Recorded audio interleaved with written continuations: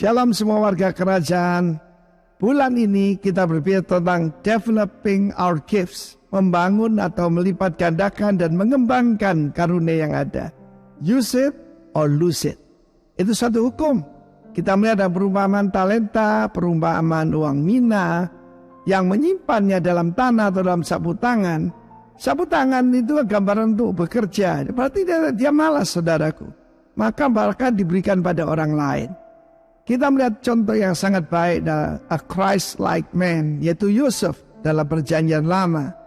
Bagaimana dia mengalami aniaya demi aniaya, tapi itu pembentukan, itu proses. Ketika dia berada di rumah papanya, di rumah orang tuanya, dia mendapat mimpi, tetapi dia tidak mengerti artinya. Percuma dapat pesan tapi tidak bisa mengartikan, ya.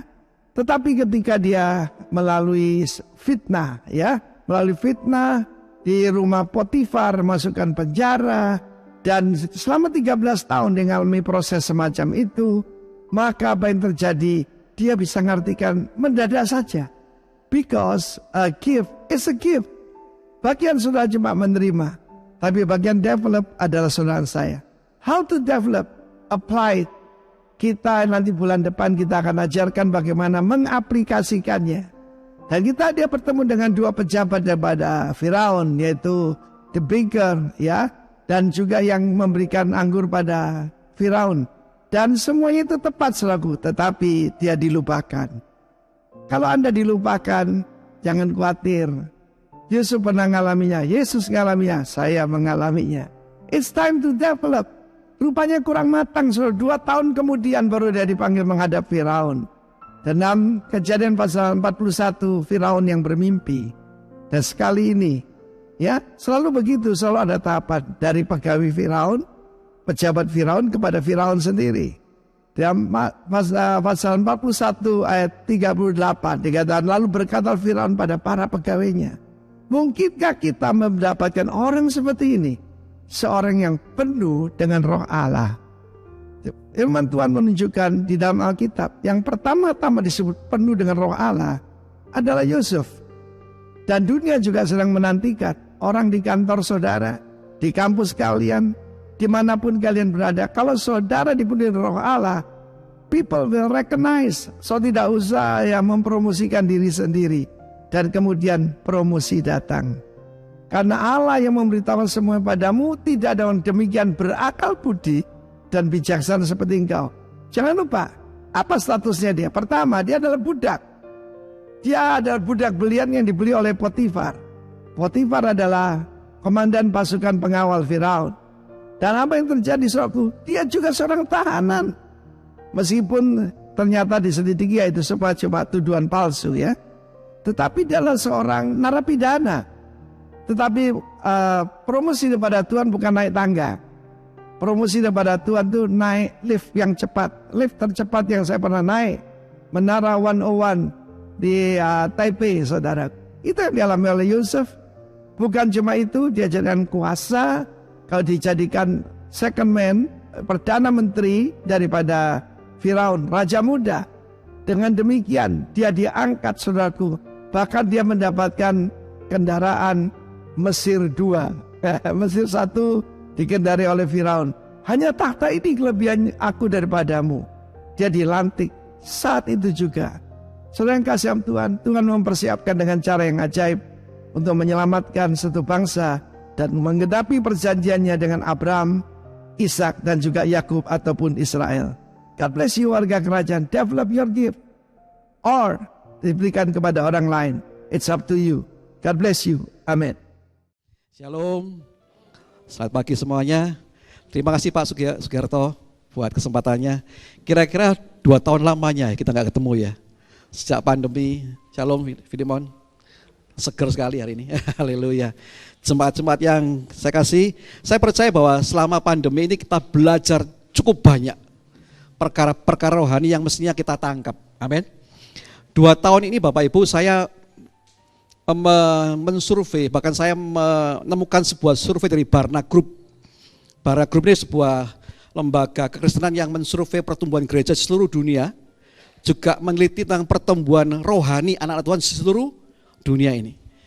Saya ketika saya baca ini sangat mengejutkan sekali bahwa 2 tahun saja masa pandemi, masa sakit penyakit, ya, orang takut keluar rumah, kemudian orang nggak bisa bekerja, takut nggak bisa makan. 2 tahun saja loh. Di seluruh dunia ini ditemukan survei Barna Group 38% orang tidak ke gereja. 38%. Bayangkan kalau itu 1 miliar saja, itu berarti 380 juta orang yang tidak ke gereja. Alias mereka suka di rumah, online system, ya kan? Lihat online, nonton online.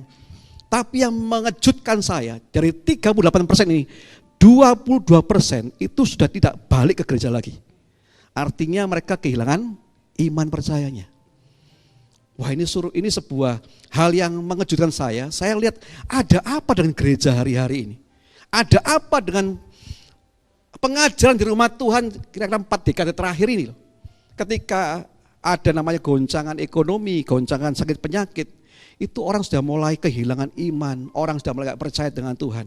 Tapi saya bersyukur hari ini kalau kita ini boleh beribadah karena kita percaya bahwa Tuhan itu baik. Amin. Nah, Bapak Ibu, ada seorang hamba Tuhan yang namanya Paul Kerem. Seorang hamba Tuhan, seorang pengajar di Zion University. Wah, ini kalau punya duit, kalau mau kuliah, saya referensi di sana lah. Ini sebuah lembaga sekolah tinggi teologi yang tidak abal-abal, tapi yang mengajar kebenaran, Zion University. Nah, Paul Kerem ini berkata begini, tahun 2023 ini ditandai dengan sebuah kejadian, ya, yaitu penuaian besar-besaran jiwa, tapi juga kesukaran yang akan terjadi. Makanya tahun 2023 tahun yang sangat kritis buat kita. Apakah kita ini menjadi orang-orang yang hidupnya akan lebih baik, orang-orang yang serupa dengan Kristus, atau orang-orang yang biasa saja dan akhirnya tertinggal. Nah, ini sebuah hal yang sangat menentukan 2023 ini. Saya setiap tahun, mungkin Pak Sugiarto sama dengan saya, setiap tahun itu kalau kami tidak ikut ministry Pak ya, jadi saya ini setiap tahun harus mencari hati Tuhan itu tuntunan kemana gitu, gereja Tuhan. Setiap tahun tugas double saya berdiam diri, nantikan Tuhan, dengar suara Tuhan, mau kemana sih gereja ini? Saudara, tahun-tahun sebelumnya ketika saya dapat sebuah pesan Tuhan, saya cross-check dengan beberapa banyak hamba Tuhan. Sudah dating lah, Chuck Prince lah, atau mungkin Sadhu Darsu Farai lah gitu kan. Ini hamba Tuhan yang memang peka akan suara Tuhan. Namun saya lihat begini, sejak 2002 waktu pandemi itu, saya coba di Google, tidak ada sama sekali Bapak Ibu. Satu pun yang berkata tentang apa yang akan ada dalam 2023 ini. Saya percaya ini tahun-tahun yang sukar, tahun-tahun yang sulit. Memang hari ini kayak ada nafas begitu ya. Tapi marilah kita menjadi orang-orang yang percaya bahwa hari ini kita harus teguh dalam Tuhan. Supaya apa? Supaya kita menjadi orang-orang yang akan terus diangkat Tuhan, naik bukan turun. Amin. Saya bersyukur ketika Bapak Gembala Senior kita ini punya visi yang luar biasa, tuntunan Tuhan untuk mengembangkan karunia. Amin. Karena ada beberapa orang yang hari-hari ini biasa-biasa aja, pokoknya ikut aja. Dan pagi hari ini saya ingin menyatakan kenapa sih orang tidak mau mengembangkan karunia itu. Kenapa orang itu biasa-biasa saja ke gereja ya aktif 2 jam sehari, seminggu, kemudian ya pelayanan. Tapi ketika ada yang namanya goncangan, itu semua bisa menjadi orang-orang yang mudah tergoncang. Saya berdoa supaya kita menjadi orang-orang yang tetap teguh dalam Tuhan, tak tergoncangkan apapun juga, amin. Karena tahun 2000 ke depan kita nggak tahu apa yang terjadi, tahun 2024, tahun politik Indonesia kan, semuanya bisa berubah loh. Tapi mari kita menjadi orang-orang yang sungguh-sungguh dekat dengan Tuhan. Karena pandemi, masalah makan, minum, masalah pekerjaan itu sudah 22% Pak hilang Pak. Saya coba berpikir dengan kebodohan saya gini, kalau misalnya orang Kristen 1 miliar saja dalam dunia ini, berarti ada 220 juta orang yang kehilangan imannya loh. Ini kayak satu Indonesia nih Bapak Ibu. Seperti itu jumlahnya. Dan mari kita sungguh-sungguh supaya apa? Supaya ketika nanti saatnya yang namanya kesulitan besar terjadi, kita menjadi orang-orang yang akan terus bertahan dan memperoleh mahkota yang luar biasa. Amin. Nah, sebab itu kita perlu yang namanya kemauan tindakan Bapak Ibu. Tindakan untuk apa? Untuk kita ini mengembangkan karunia tadi. Supaya hidup kita menjadi orang-orang yang benar-benar tahu bahwa Tuhan tidak pernah meninggalkan kita. Amin. Saya percaya gereja ini karena Tuhan, di Pak Sugeng karena Tuhan. Saya ingat ketika prosesnya Pak di waktu itu ada wacana di Ijen Suite ya Mas itu ya. Saya mengikuti prosesnya dari minggu ke minggu, waktu itu saya banyak pelayan di sana. Tapi kalau hari ini ada Bapak Ibu tempat ini, kita mengucap syukur karena itu semua karena kemurahan Tuhan yang luar biasa. Amin. Nah, saya ingin mengajak kita untuk baca firman Tuhan hari ini. 1 Samuel 22 ayat yang pertama sampai yang kedua. 1 Samuel 22 ayat yang pertama sampai yang kedua. Ya, lalu Daud pergi dari sana dan melarikan diri ke Gua Adulam. Ketika saudara-saudaranya dan seluruh keluarganya mendengar hal itu, pergilah mereka ke sana mendapatkan dia. Ayat 2, berhimpunlah juga kepadanya setiap orang yang dalam kesukaran, setiap orang yang dikejar-kejar utang piutang, setiap orang yang sakit hati, maka ia menjadi pemimpin mereka. Bersama-sama dengan dia ada kira-kira berapa? 400 orang. Ini bukan jumlah yang kecil loh. 400 orang ini punya masalah, punya problema, dikejar utang, sakit hati dan sebagainya.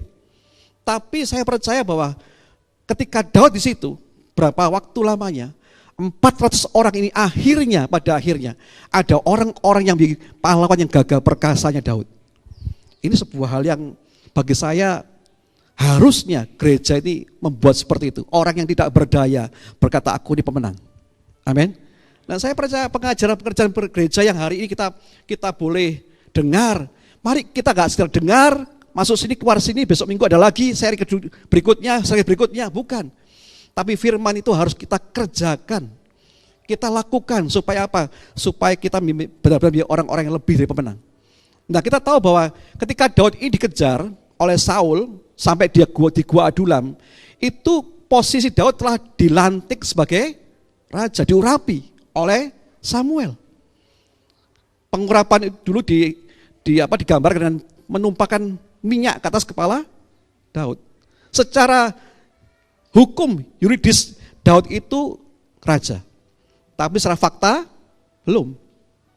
Dan kalau kita ikuti prosesnya Daud dari tahun ke tahun sampai Daud menjadi seorang raja yang menguasai seluruh wilayah Israel itu 13 tahun juga.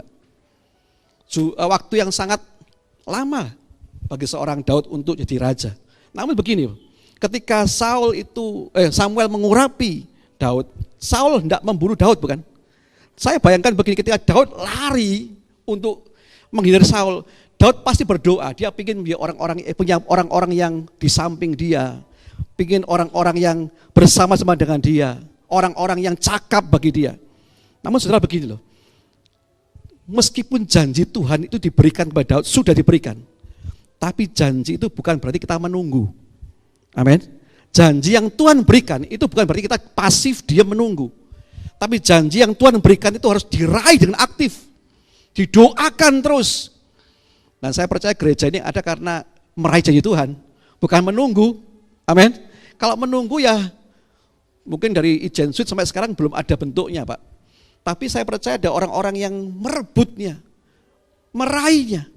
Sehingga hari ini kita bisa melihat, walaupun ini belum selesai betul, tapi Tuhan sudah berikan sedikitnya kemenangan buat jemaat GBI Rock Malang. Amin. Nah, iblis gak suka Bapak Ibu. Iblis suka menggagalkan janji Tuhan. Janji Tuhan itu diberikan pada Daud. Sudah diberikan. Tapi wujudnya belum. Secara hukum dia adalah raja, tapi faktanya belum. Makanya saya percaya waktu dia dikejar-kejar oleh orang-orang Saul, saya percaya Daud itu ingin punya orang-orang yang bersama dengan dia, di samping dia, yang bisa menjaga dia, itu kepinginnya. Tapi kalau saya baca ayat 2 kembali, berhimpunlah juga kepadanya setiap orang-orang yang dalam kesukaran. Ini di luar ekspresi Daud. Daud itu pinginnya orang-orang yang gagah perkasa mendampingi dia. Aman kan? Tapi coba yang berhimpun dengan dia ini apa? Orang-orang yang dalam kesukaran. Orang-orang yang dalam dikejar tukang piutang, setiap orang yang sakit hati. Kayaknya salah di Tuhan. Kayak Tuhan salahin. Saya mintanya kan enggak seperti itu. Mungkin mintanya orang-orang yang gagah perkasa, yang bisa bawa pedang, yang bisa melindungi Daud. Tapi yang berkumpul dengan dia, Tuhan kasih itu orang-orang yang bermasalah. Apakah Tuhan salah? Enggak juga Bapak Ibu. Karena saya percaya gini loh, Kadang-kadang Tuhan tidak harus menjawab persis apa yang kita doakan. Amin. Tuhan tidak harus menjawab persis apa yang kau doakan. Tapi dalam hal itu Tuhan ingin merubah hati kita. Supaya kita juga bisa merubah hati orang lain. Nah, saya percaya gini, hidup ini enggak hanya bercerita tentang kita, tapi hidup ini juga bercerita tentang kita semuanya. Amin. Bukan saya, tapi kita semuanya. Nah, bagaimana Daud ini bisa merubah orang-orang yang seperti ini? Jumlahnya itu 400 Bapak Ibu. Pak Sugiyarto tadi ngomong kalau ini semua gereja ini jadi 400 orang Pak. Ya saya yakin bukan seperti gua adulam, tapi saya percaya gereja ini bisa merubah orang yang tidak berdaya jadi orang yang berdaya. Saya dengar sebuah kesaksian dari teman saya itu, wah keren banget Bapak Ibu. Dia baru ke Israel dan dia memberikan sebuah pengertian, ada seorang tour guide di sana Pak. Kemudian dia cerita tentang perumpamaan siapakah sesama manusia, Lukas 10. Ada orang yang dipukul habis-habisan, dirampok habis-habisan di jalan Yerusalem ke Yeriko bukan? Ada orang imam lewat, kemudian dia biarin saja. Tapi ada orang yang Lewi lewat juga dia biarin. Tapi ada orang Samaria, orang yang dianggap kafir, yang dianggap tidak layak, membantu dia, betul ya? Kemudian yang dikatakan di situ adalah maka orang itu membalut luka orang itu dengan minyak dan anggur. Wah, saya ingat minyak anggur ini lambang siapa Bapak Ibu? Wahyu pasal 6 berkata Yesus itu ngomong jangan rusakkan minyak dan anggur. Saya percaya lambang Samaria adalah lambang Yesus sendiri yang memang pada waktu ditolak orang. Tapi yang keren begini loh. Maka orang itu memberikan 2 dinar, betul ya, kepada pemilik penginapan itu dan ngomong jagalah orang ini, rawatlah orang ini, nanti akan kembali lagi kepadamu. Saya cuma lihat ya aneh begini loh. Orang kalau bantu orang dikasih duit ya udah. Tapi ini dia kembali lagi kan. Tapi saya ingat sebuah interpretasi saya aja bahwa ternyata ketika Tuhan taruh orang di penginapan itu bicara tentang gereja Tuhan hari ini. Yang membalut orang, yang menyembuhkan orang, yang membuat orang tidak berdaya jadi orang pahlawan, amin. Makanya gereja itu harus serius Bapak Ibu. Sungguh-sungguh ini sekolah bagi kita semuanya, amin. Untuk belajar kebenaran, belajar hati Tuhan, belajar karakter Kristus. Sampai akhirnya kita menjadi orang-orang yang tadinya, orang-orang 400 orang-orang yang bermasalah ini. Jadi orang-orang yang gagah perkasa dan pahlawan yang luar biasa.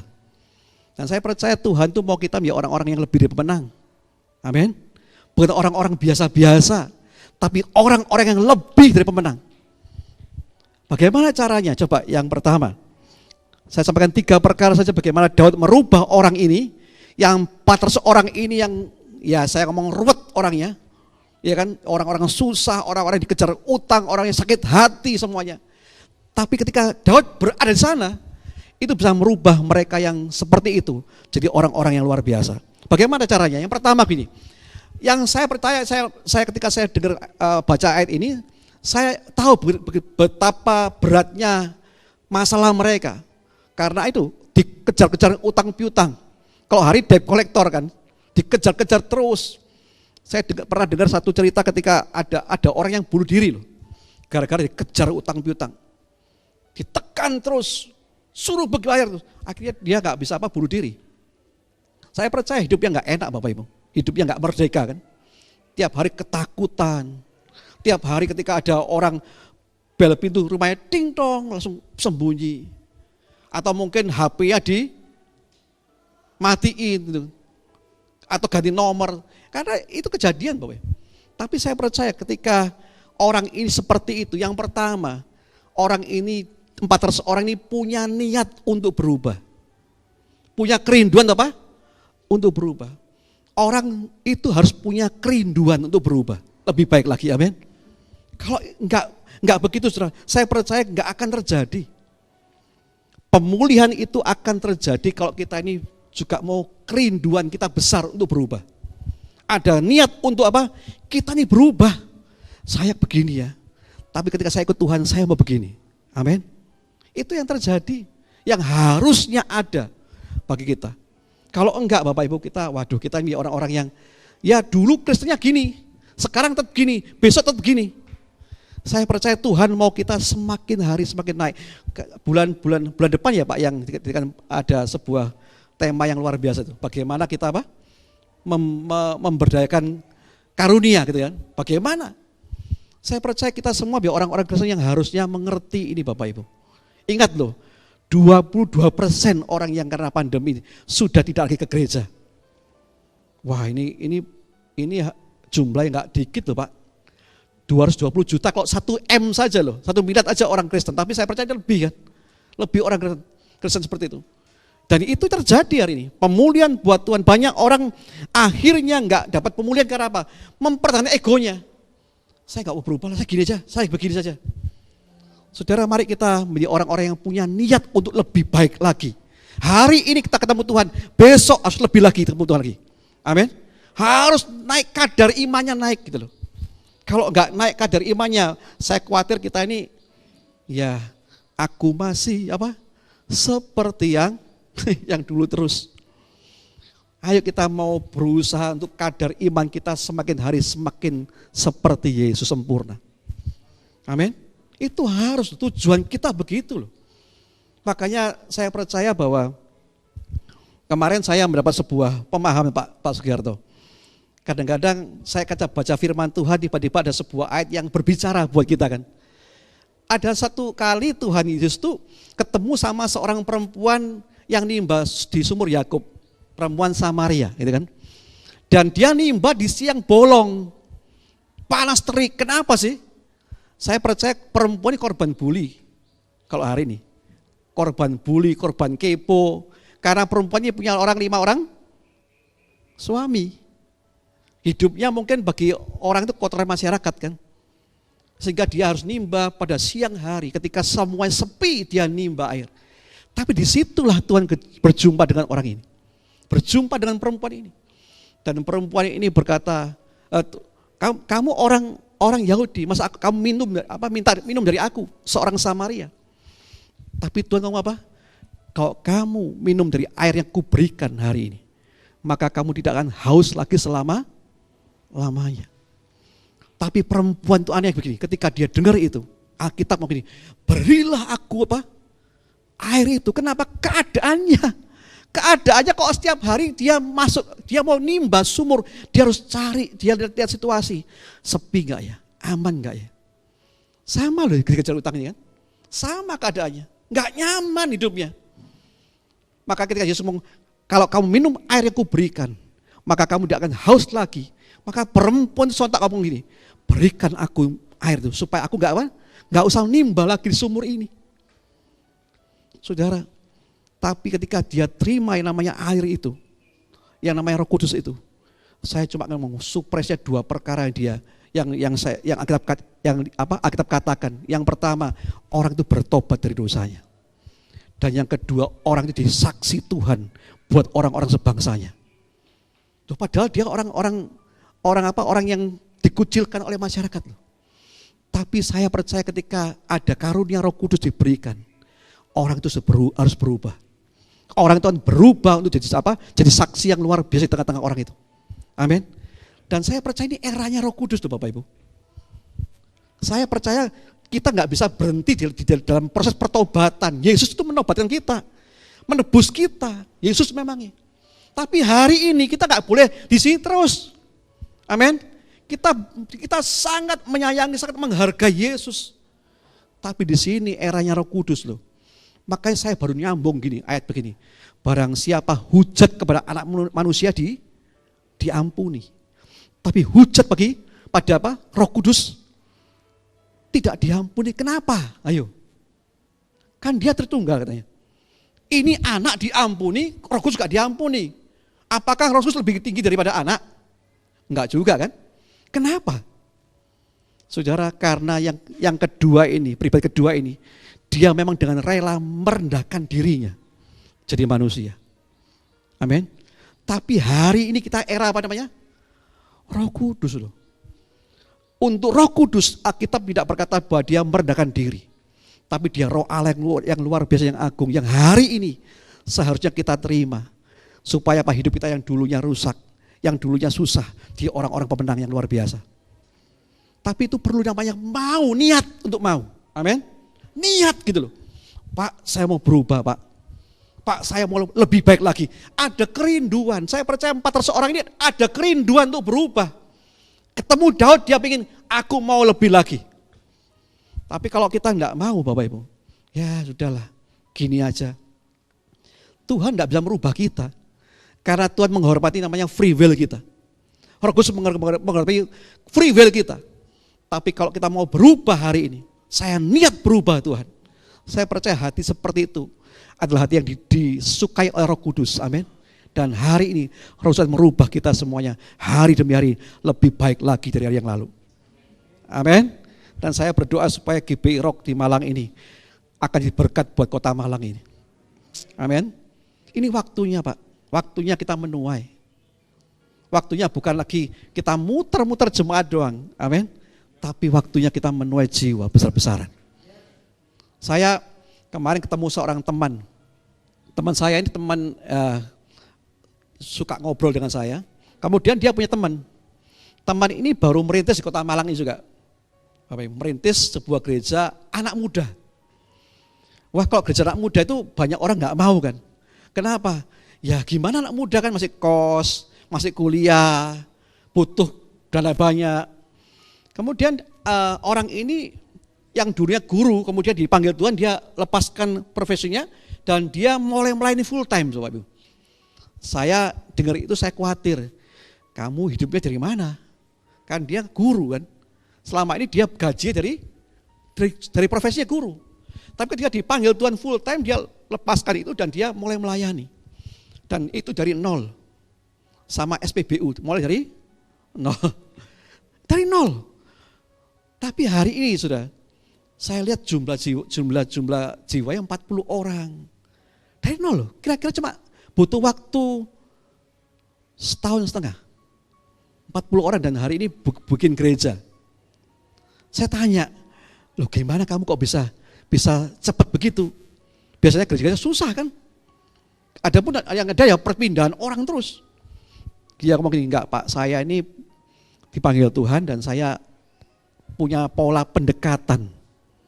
Dia deketin orang, ada orang anak, dia lihat anak yang di kafe mungkin sendirian, dia deketin, jak kenalan, jak ngobrol, tukar HP, ya kan? Kemudian janjian lagi, ketemu lagi, jak ngobrol. Dan kira-kira 2-3 bulan kemudian orangnya terbuka. Terbuka, dia mulai curhat, kemudian dia mulai kasih nasihat dan firman Tuhan. Kemudian 4 bulan kemudian orang datang ke gerejanya. Saudara, ini waktu-waktu penuaian loh. Amin. Waktu kita ini, hari ini katanya Paul Kerem akan ada hujan akhir, pencurahan Roh Kudus dan penuaian jiwa, tapi disertai dengan kesukaran dan kesulitan. Ayo mari kita hari yang pertama supaya kita ini mau dipakai kita menjadi orang-orang yang diubah Tuhan. Ada niat untuk berubah. Amin. Nah yang kedua, coba kita lihat. Yang kedua, coba kita baca 1 Korintus pasal yang pertama, ayat yang ke-26 sampai 28. 1 Korintus 26, ingat saja saudara-saudara, bagaimana keadaan kamu ketika kamu dipanggil. Menurut ukuran manusia, tidak banyak orang yang bijak, tidak banyak orang yang berpengaruh, tidak banyak orang yang terpandang. Ayat yang ke-27, tetapi apa yang bodoh bagi dunia, dipilih Allah untuk apa?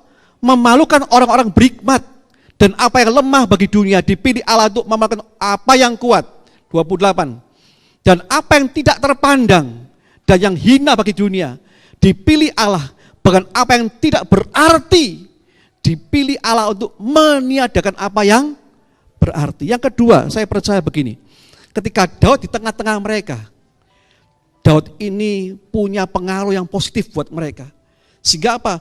Mereka mulai berubah mentalitasnya. Ini penting Bapak Ibu. Banyak orang gak bisa mengembangkan karunia apa? Karena mentalnya gak mau berubah.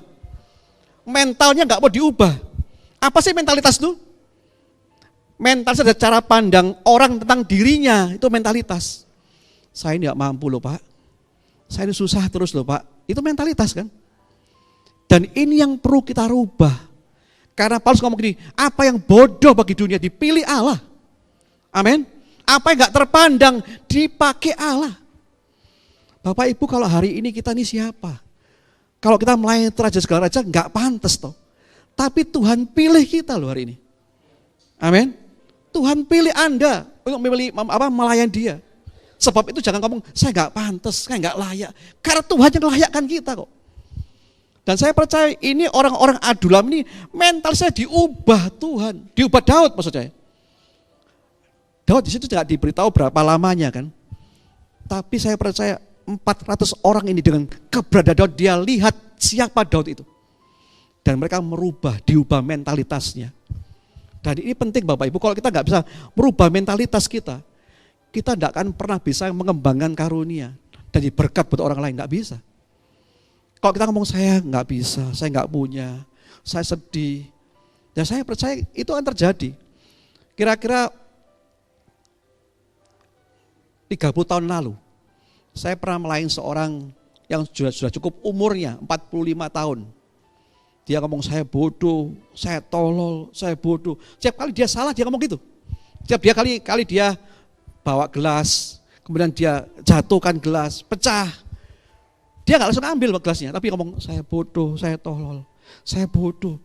Saya kasihan banget lihat orang ini. Kenapa orang ini terjadi seperti ini? Saya tanya ke yang mengasuh dia ngomong sejak kecilnya orang ini tidak dikehendaki itu lahir oleh bapaknya, ibunya. Setiap kali kecil dia melakukan salah, dimarahi, dipukul, dia ngomong kamu bodoh, kamu tolol. Omongan terus jadi makanan sehari-hari buat anak ini loh. Sampai usia 40 tahun waktu itu, 30 tahun lalu, mungkin hari ini 70 tahun orangnya. Kalau masih hidup ya, saya gak ketemu lagi. Tapi setiap kali dia berbuat salah, dia selalu begini, aku bodoh, aku tolol. Aku bodoh, aku tolol. Itu menu sehari-hari dia ngomongkan. Dan itu yang kosakata yang sering kali dia utarakan.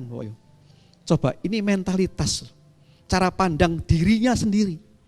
Dan saya percaya orang 400 yang susah, yang sukar, yang dikejar utangi, ini merubah mentalnya mereka. Amin. Dari mental orang yang gak berdaya, jadi mental pahlawan. Bapak Ibu, kita harus punya mental seperti itu. Jemaat-jemaat hari ini, di masa seperti ini, harus punya mental kayak begitu. Kalau enggak kita nih habis dilibas dah. Karena dunia ini semakin lama makin sukar, makin jahat. Mari kita ngomong bersama dengan Yesus, aku cakap menanggung segala perkara. Itu mental, amin. Itu Paulus luar biasa kan. Bersama dengan Tuhan, aku cakap menanggung segala perkara. Itu mentalnya Paulus loh. Saya percaya ketika saya baca pandangan Paulus ini, kita temu mental-mental yang luar biasa. Amin. Dan itu harusnya membuat kita ini merubah cara pandang kita tentang diri kita sendiri. Saya bukan orang gagal. Saya percaya Tuhan buat kita keberhasilan. Amin. Ayo kita berubah mental kita. Coba kita lihat kota Malang ini, saya nggak mengkritisi, tapi saya coba lihat kota Malang semakin besar begini. Makin di mana macet. Dari rumah saya Jajar ke Tidar itu 1 jam Pak. Setiap hari. Kalau lagi macet 1,5 jam. Jadi kalau anak saya pulang jam 3:30 dari Malenggang, sampai rumah kadang jam 6 sore. Karena macetnya luar biasa. Dan kadang-kadang kita dengar hari-hari akan ada demo ketika ada satu arah sebagainya kan. Saya cuma ngomong ini mentalitas ini. Semestinya kita harus punya mentalitas lebih lagi. Amin. Karena saya percaya segala perkara itu kalau dengan Tuhan cakap kita tanggung. Bapak kita Bapak yang baik. Amin. Bapak kita menakarkan yang terbaik buat kita. Jangan khawatir lah. Masalah makan, minum, pakai itu Bapak yang pelihara. Kalau kita nggak sampai pengertian begitu, kita ini iman kita sangat lemah. Saya percaya kadang-kadang kita juga merasa, kadang-kadang nih Bapak Ibu, Tuhan bawa kita dalam keadaan kekurangan. Ada kalanya begitu. Bukan kelimpahan terus kan, tapi disitulah kita belajar mental. Bahwa Bapak kita sanggup pelihara kita. Buktinya apa hari ini saya bersyukur Pak Sugiono, Ibu sehat semuanya. Filemon sehat, semuanya sehat. Ini rekan-rekan yang lain yang memusik sehat semuanya. Kenapa? Saya percaya karena Tuhan Bapak Ibu. Amin. Ayo rubah mentalitas, sikap mental kita. Supaya kita berkat juga buat orang. Hidup ini bukan tentang saya, tapi tentang kita semuanya. Amin. Gereja ini juga begitu. bukan tentang aku, tapi tentang semuanya ini. Dan saya percaya kalau itu terjadi, kita menjadi orang-orang yang luar biasa, hebatnya. Walaupun badai menerpa sekalipun, goncangan terjadi, kita punya kerajaan tak tergoncangkan sekali. Amin. Mau dipakai Tuhan? Yang ketiga, ayo yang dua ini, mentalmu dirubah. Amin. Saya percaya kita semua mampu kok. Bapak Ibu, saya kemarin ditawari seorang hamba Tuhan di Surabaya. Pak, ini ada hamba Tuhan di Surabaya. Oh ya, hamba Tuhan ini sudah AI sih lah, sudah cukup tua sih. Oh ya, kenapa? Mau ibadah kesembuhan di gereja Bapak. Boleh enggak? Saudara, saya coba gini. Coba ya, kalau boleh lihat videonya dong. Apa yang diajarkan dong gitu kan. Karena saya percaya banyak sekali iman orang Kristen yang nano-nano, yang rame, yang enak yang rame rasanya. Karena mimbarnya enggak tajam, Bapak Ibu. Dan saya percaya rock ini membawa kita tajam kok. Setiap kali ada tiap tahun bahwa gembala kita kasih tema-tema ya Pak. Saya percaya itu sebuah kurikulum rohani yang harusnya kita sikapi. Saya punya teman yang hari-hari ini gerejanya habis dalam pandemi. Kenapa? Setiap sebelum pandemi dia undang hamba Tuhan yang nano-nano semuanya. Ngajar Hypergrace lah oke, Prosperity lah oke, semua diajar. Sehingga gereja jemaat enggak tahu kemana arahnya. Saya percaya rock ini cukup bagus. Saya juga mencontoh Pak. Beberapa nilai yang dibuat oleh rock ini. Tapi juga ada satu yang saya lihat kesinambungan pengajaran itu yang penting. Tahun lalu tentang apa ya Pak? Saya nggak ikutin. Tapi sekarang ini tentang gift ya, tentang karunia. Ini harusnya Bapak Ibu, kita ini ngerti bahwa Tuhan mau bawa kemana. Dan saya cuma ngomong sama teman saya gini, loh bukankah kesembuhan itu adalah hak orang percaya? Amin. Kita semua bisa menyembuhkan orang loh. Amin. Bukan hanya hamba Tuhan tertentu. Karena firman Tuhan jelas, sembuhkan yang sakit. Tanda-tanda yang akan menyertai orang percaya. Makanya Bapak Ibu sepuluh di gereja ini saya pesan, gereja ini akan semakin besar nantinya. Tapi perlu orang-orang yang mau dipakai Tuhan dengan luar biasa. Amin. Mental harus dirubah. Kalau ada tetangga sakit, nggak usah telepon Pak Sugiarto di mana, saya di Surabaya. Ini orang sakit mati. Doain Bapak Ibu. Saya percaya itulah bagian orang percaya. Mental kita harus dirubah. Saya dulu gak mampu, tapi dengan Tuhan saya mampu. Amin. Dan saya percaya itu bagian orang percaya. Ingat loh, Alkitab itu memberikan kita nih pengertian, itulah bagian kita semuanya. Tanda-tanda ini akan menyertai orang percaya. Mereka akan mengusir setan demi nama Yesus. Saya coba ingat katanya Mongol Bapak Ibu. 80% setan di Indonesia adalah difabel. Suster ngesot ya kan katanya. Pocong gitu kan. Mau lari gimana diikat katanya gitu loh.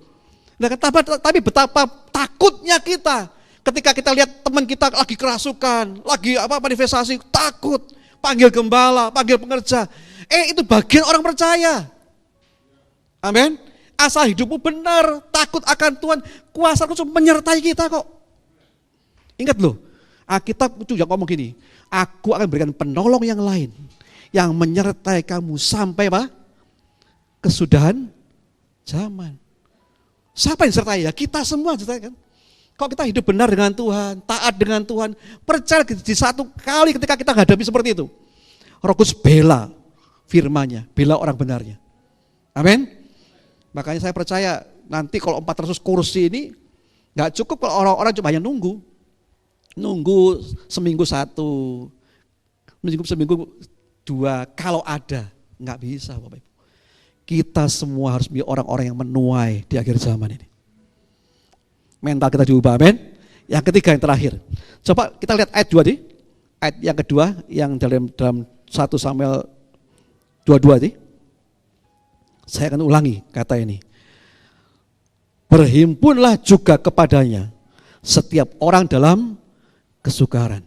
Setiap orang dikejar-kejar piutang, setiap orang yang sakit hati, maka ia siapa? Daud menjadi pemimpin mereka. Bersama dengan Daud ada kira-kira 400 orang. Ini yang paling penting dari poin saya. pada pagi hari ini. Kalau orang mau diubahkan dari tidak mampu jadi orang-orang perkasa, dari orang yang sukar menjadi orang-orang yang diberkati, ingat ini, orang itu hidupnya harus mau dimuridkan. Amin. Dimuridkan. Daud itu saya percaya di situ dia memuridkan orang, membagi hidupnya. Dia raja, tapi tengah-tengah orang itu mereka bisa melihat cara hidupnya Daud. Ya, kan setiap hari Daud berkata dia ambil kecapi, dia menyembah Tuhan, dan itu adalah gaya hidupnya. Dan saya percaya di Gua Adulam itu diterapkan juga. Makanya memuridkan itu harusnya hari dilakukan oleh gereja. Tahun 80-an gereja itu seolah-olah kayak gedung teater gitu kan. Setiap orang masuk disuguhi sebuah hal yang menarik. Tapi hari ini Bapak Ibu, kalau kita mau diubahkan Tuhan dari sikap kita yang lama jadi sikap yang baru. Yang ketiga ini, kita harus siap mau dimuridkan. Amin. Frasa Daud di pemimpin mereka ini, itu merupakan sebab utama kenapa mereka diubah dari seorang pecundang jadi seorang pemenang, jadi orang pemenang. Daud menjadi pemimpin mereka. Saya juga mulai Pak di tempat itu pemuritan, agak susah tapi memang harus dilakukan. Kayaknya banyak gini ya, banyak katanya gini, satu kali pekerja saya ngomong gini, Pak, Bapak itu kayak iklan, nongol sedikit hilang lagi gitu. Karena apa? Memang harus seperti itu. Memuridkan itu harus datang ke rumahnya satu persatu, kadang dikumpulkan di tempat gereja, diajak ngomong-ngomong tentang hal-hal kehidupan, dinasihati firman. Itulah pemuritan. Diajari cara hidup yang benar. Makanya Bapak Ibu kalau kita cuma hanya ke gereja, cuma dengar firman, 2 jam saja kemudian nggak pernah ke gereja lagi, nggak cukup loh Bapak Ibu. Harusnya setiap hari dicas firman, amin. Dekat dengan orang-orang benar, dekat dengan orang-orang yang seirama dengan kita. Supaya apa? Supaya hidup kita ini jadi kuat dan kita bisa memuridkan yang lain. Karena apa? Saya percaya 2 dampak ya, 2 hal yang jadi frasa Daud menjadi pemimpin mereka. Yang pertama gini, 400 orang itu, yang pertama harus mau tunduk dalam otoritasnya Daud. Yang kedua, mereka masuk dalam proses pemuritannya Daud. Sehingga ketika hari ini mereka selesai dimuridkan, ada beberapa orang yang jadi pahlawan gagak percaya Daud. Seperti Sama, Eliezer, Dado. Itu orang-orang yang lahir di Gua Adulam loh. Tapi orang-orang yang megang pedang tak pernah lepas dari tangannya. Kenapa sih? Karena mereka tahu bahwa hidup mereka dimuridkan. Dan mereka jadi pahlawan yang luar biasa. Bapak Ibu, mari kita masuk dalam pemuritan ini. Gereja ini harus menjadi tempat berubahnya sikap dan mental orang. Supaya orang yang dulunya tidak baik jadi orang-orang yang luar biasa. Saya sering kali ngomong begini sama jemaat saya gini. Lebih baik engkau hari ini punya mental adulam daripada engkau pengikut. Lebih baik begitu. Kenapa? Yang adulamnya diubah kan? Dimuridkan, diubah jadi pemenang. Yang pengikut, coba kita lihat bahwa Yesus itu gak koar-koar, kemana dia masuk kota diikuti banyak orang bukan? Banyak orang ikut, apalagi mereka kenyang dengan roti. Ketika Tuhan ngomong, akulah roti hidup, mereka menolak Yesus kan. Hari ini mereka senang, berkatnya berlimpah-limpah, wah Yesus enak ya. Tapi ketika Yesus salibkan, mereka juga sama loh, salibkan dia. Orang yang sama. Makanya lebih baik kita punya mental gua adulam yang diubahkan daripada sekedar pengikut. Gereja tidak cari pengikut, tapi gereja cari murid Kristus yang diubahkan. Amin. Saya akan tutup dengan sebuah cerita begini Bapak Ibu. Saya dapat ini dari kelompoknya Pak Niko. Nggak tahu Bapak Ibu pernah dengar ini enggak? Ada seorang hamba Tuhan di Korea, namanya Park Yong Yu. Beliau sudah meninggal hari ini, tapi tahun 87, dia ini pendeta yang luar biasa besarnya, gerejanya besar. Dia punya 5.000 orang jemaat Pak, 5.000 orang jemaat, kemudian dia punya harta waktu itu, pribadi, 2,5 miliar dolar, juta dolar. Jadi kalau dikurskan hari ini, itu wakil banget kan, 2,5 juta dolar. Dia punya 5 mobil mewah. tahun 87, diizinkan dia darah tinggi dan dia jatuh geblak Bapak Ibu. gak sadar hampir 4 hari. Dan banyak dokter ngomong ini sudah mati. Karena udah lewat batas waktunya. 4 hari gak sadar Bapak Ibu. Dan memang orang ngomong itu sudah mati. Tapi 4 hari ini Pak Yong Yuni dibawa oleh Tuhan sebuah petualangan yang luar biasa indahnya katanya dia. Ketika dia sadar, setahun dia bisu. Karena memang dokter ngomong batang otaknya sudah kena. Jadi 4 hari gak siuman itu bahaya juga kan. Batang otaknya kena sehingga akhirnya ngomong ya mati lah ini. Ketika dia hidup 1 tahun lamanya bisu. Tahun kedua dia mulai bisa bicara dan dia mulai melakukan apa yang dia lihat di sana. Bapak Ibu dia ngomong gini, saya jual semuanya. Saya gak butuh 5 mobil mewah. Saya jual saya kasihkan 2,5 juta dolar untuk pekerjaan Tuhan. Loh kenapa kok berbeda? Terbalik seperti itu. Saudara ketika dia dibawa Tuhan ke surga, dia dengan malaikat, dia ada di depan pintu gerbang selatan dia ngomong gitu. Tapi pintu gerbang gak terbuka, tertutup terus saya. Kok dia ngomong, saya gak bisa masuk mas malaikat, kenapa gak terbuka? Kemudian malaikat ngomong gini, ya kalau mau dibuka, ayo aku dan kamu, ayo kita muji Tuhan, nyanyi, nyembah Tuhan. Bapak Ibu ingat ya, penyembahan, puji-pujian itu bukan liturgi gereja. Amin. Penyembahan, pujian itu untuk membuka pintu surga berkat bagi kamu. Maka kita muji Tuhan, menyembah Tuhan, itu kayak buka pintu surga buat kita loh. Ketika mereka dia menyanyi, dia terbuka pintu surganya. Dan dia lihat pemandangan pertama, dia lihat anak-anak kecil banyak sekali. Dan dia lihat, ini apa sih malaikat? Kok banyak kecilnya apa? Kemudian dia ngomong gini, malaikat ngomong gini, ya karena anak ini mati waktu ada yang sakit, waktu kecil, ada yang kecelakaan, ada yang diaborsi juga. Tapi ingat Alkitab juga ngomong bahwa mereka punya malaikat yang selalu memandang wajah Bapaknya. Di situ ada. Dan dia lihat pemandangan yang luar biasa, mereka main di taman yang semua ceria sekali. Tapi dia dibawa sebuah tempat yang kedua, tempat rumah yang mewah-mewah. Yang katanya firman Tuhan benar, itu lantai dari emas, batu permata semuanya. Dan rumah itu ada nama-namanya masing-masing. Dan dia ingat 3 orang di situ. Yang pernah dia tahu, dia bukan tahu, tapi dia bukan ketemu orang, tapi dia tahu orang ini. Yang pertama dia ngomong, saya tahu namanya D.L. Moody. D.L. Moody tahu ya Bapak Ibu ya, seorang penginjil Inggris yang dipakai Tuhan, itu punya rumah yang mewah. Yang kedua dia lihat John Wesley, dia tahu nama John Wesley. Itu ada rumah yang mewah juga, kelompok Metodis, ya kan. Tapi yang ketiga dia aneh, dia ketemu sama temannya Bapak Ibu. Orang Korea juga yang mati lebih dahulu. Orang ini kontraktor bangunan. Dia tanya sama malaikat gini, malaikat, ini kok ada di sini?